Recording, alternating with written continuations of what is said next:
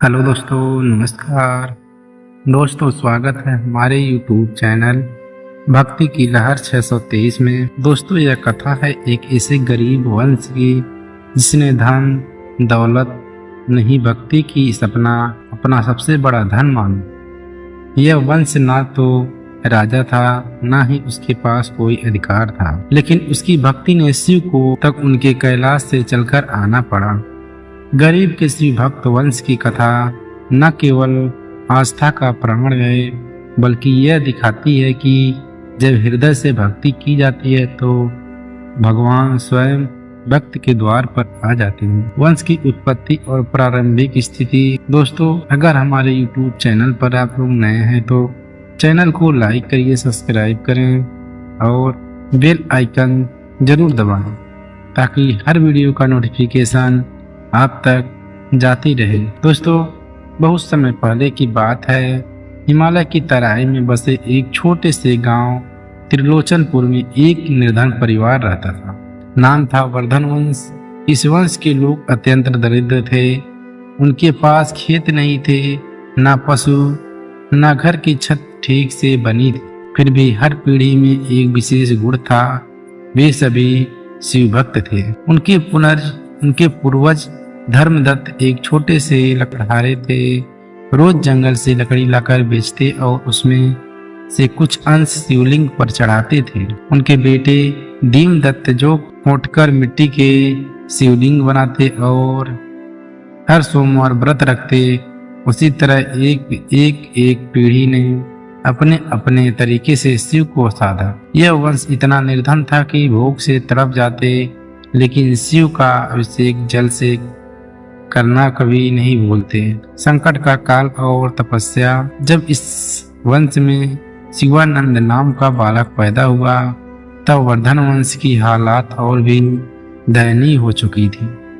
गांव के लोग मजाक उड़ाते, अरे इनका तो पेट भरता नहीं, भगवान को क्या भोग लगाएंगे। अरे तो इनका पेट तो भरता नहीं, भगवान को क्या भोग लगाएंगे।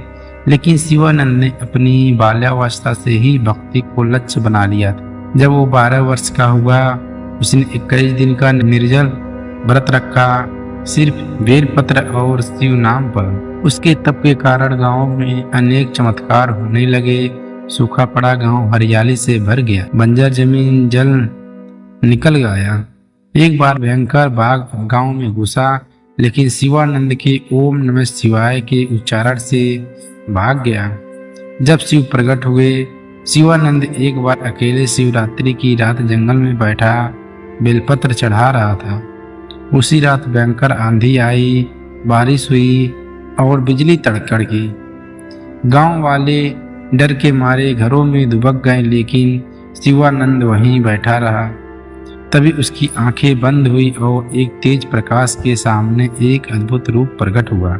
त्रिनेत्रधारी, जटाजूट, गले में नाग, रुद्राक्ष और डमरू।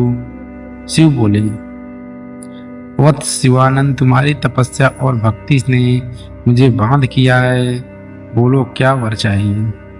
शिवानंद ने उत्तर दिया, प्रभु मुझे कुछ नहीं चाहिए, बस आप इस वंश की रक्षा करना और जब भी कोई इस वंश का व्यक्ति आपको पुकारे आप अवश्य प्रकट होना। शिव मुस्कुराए और बोले, तथास्तु। यह वंश कभी भूखा नहीं रहेगा और इसकी हर पीढ़ी में एक शिव भक्त उत्पन्न होगा। वंश का चमत्कारिक उत्थान। शिव की कृपा के बाद शिवानंद का जीवन पूरी तरह बदल गया। सूखी जमीन उपजाऊ हो गई। एक राजा जिसकी सेना रास्ता भटक गई थी, शिवानंद के पास आया और उसकी सलाह से रास्ता पाया। प्रसन्न होकर राजा ने उस वंश को एक बड़ा भूखंड दान में दिया। शिवानंद वह भूमि मंदिर और गौशाला बनाने के में लगा दी। वर्धन वंश और गरीब नहीं था, लेकिन उसकी भक्ति वही रही, सरल और सच्ची और समर्पित। अगली पीढ़ियां और शिव चिन्ह। शिवानंद के पुत्र भक्ति शरण में एक बड़ा शिव मंदिर बनवाया और हर श्रावण में रुद्राभिषेक आरंभ किया। उन्होंने पूरे गांव को शिव भक्त में जोड़ दिया। हर घर में सोमवार का व्रत रखा जाता। महाशिवरात्रि को पूरा गांव जागरण करता। बच्चों को ओम नमः शिवाय पहले सिखाया जाता। हर पीढ़ी में एक संत जैसा शिव भक्त पैदा होता, जो केवल नाम के लिए नहीं, आचरण से भी शिव का रूप होता है। जब वंश फिर संकट में आया, पीढ़ियां बीतती गई, एक समय ऐसा आया जब एक बुरा जमींदार धवल सेन गांव पर अधिकार करना चाहता था। उसने मंदिर को तोड़ने की धमकी दी। वंश का वर्तमान उत्तराधिकारी नवीनानंद सिर्फ 16 वर्ष का था। उसने पूरे गांव को एकत्र कर लिया और शिव के नाम पर आंदोलन किया। एक रात जब धवल सेन ने मंदिर तोड़ने का प्रयास किया तो आसमान से बिजली गिरी। मंदिर का शिवलिंग स्वयं कांप उठा और एक रहस्यमयी आवाज आई, जो शिव के घर को तोड़ेगा उसका कुल नष्ट हो जाएगा।